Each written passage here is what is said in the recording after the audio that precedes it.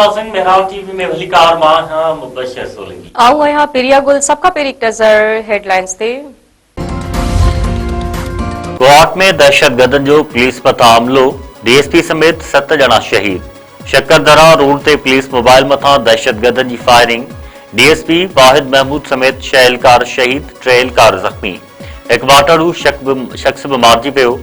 DPO court जो चवणु आहे त दहशतगर्दनि हमले बाद पुलिस मोबाइल खे ॿाहिरि ई छॾी। वफ़ाक़ी गृह वज़ीर पारां पुलिस मथां ख़ारजनि जे हमले जी मज़म्मत। मोहसिन नक़वी चयो आहे त शहीद एहलकारनि जी लाज़वाल क़ुर्बानियुनि खे हमेशह यादि रखियो वेंदो। बानी पीटीआई जी अखि जो ॿीहर इस्लामाबाद जे पिम्स अस्पताल में मुआइनो। अॻूणे वज़ीर आज़म खे राति जो देर सां अडियाला जेल खां अस्पताल मुंतक़िल कयो वियो। पिम्स अस्पताल इंतज़ामिया जो चवणु आहे त बानी पीटीआई खे अखि जे इलाज जे फॉलोअप लाइ अस्पताल आंदो वियो हो। बानी पीटीआई खे इंजेक्शन जो ॿियो डोज़ लॻायो वियो।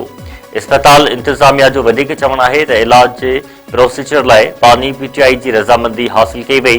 प्रोसीजर खां अॻु माहिर डॉक्टरनि जे बोर्ड संदसि मुआइनो कयो। बानी पीटीआई खे ज़रूरी हिदायतुनि ऐं दस्तावेज़नि सां गॾु डिस्चार्ज कयो वियो। पीटीआई चेयरमैन बैरिस्टर गोहर चयो आहे त सियासी इख़्तिलाफ़नि खे नफ़रत में तब्दील न करणु घुरिजे। सियासी लीडर खे क़ैद में रखणु मुनासिब न आहे। सियासत में बहितरीअ लाइ सभिनी खे गॾु वेहणो पवंदो। सुप्रीम कोर्ट ॿाहिरां मीडिया सां ॻाल्हाईंदे बैरिस्टर गोहर ख़ान वधीक चयो त बानी पीटीआई जी तिबई मुआइने खां पोइ इतला ॾिनो वियो। ॿुधायो वियो त बानी पीटीआई खे इंजेक्शन लॻाई वई आहे। हिन जी सिहत बहितर आहे। पार्टी जो मुतालबो उहो ई आहे त जेको गरबातुनि जो मुतालबो आहे। बानी पीटीआई खे शिफा इंटरनेशनल अस्पताल मुंतकिल कयो वञे।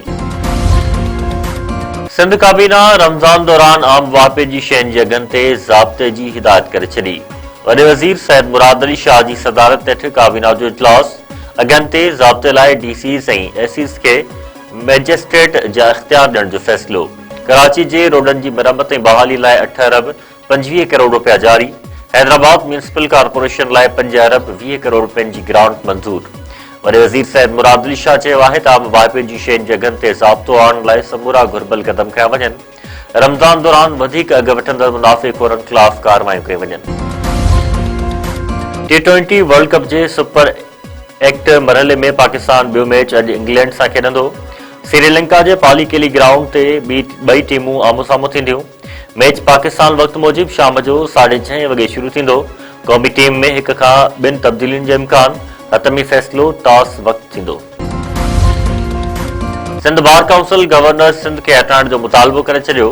सिंध बार काउंसिल जो चवणु आहे त गवर्नर सिंध कामरान टसूरी सियासी सरगर्मियुनि में मुलविस आहे। आइन जी वञकड़ी ते गवर्नर सिंध खे उहिदे तां हटायो वञे। गवर्नर सिंध जे तकरारी बयान ख़िलाफ़ मलीर दादू ऐं ठटे में वकीलनि पारां अदालती कार्रवाई जो बाइकाट।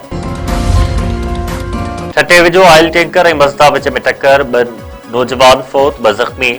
पठान कॉलोनी वटि सजावल रोड ते तेज़ रफ़्तारी सबबि हादसो।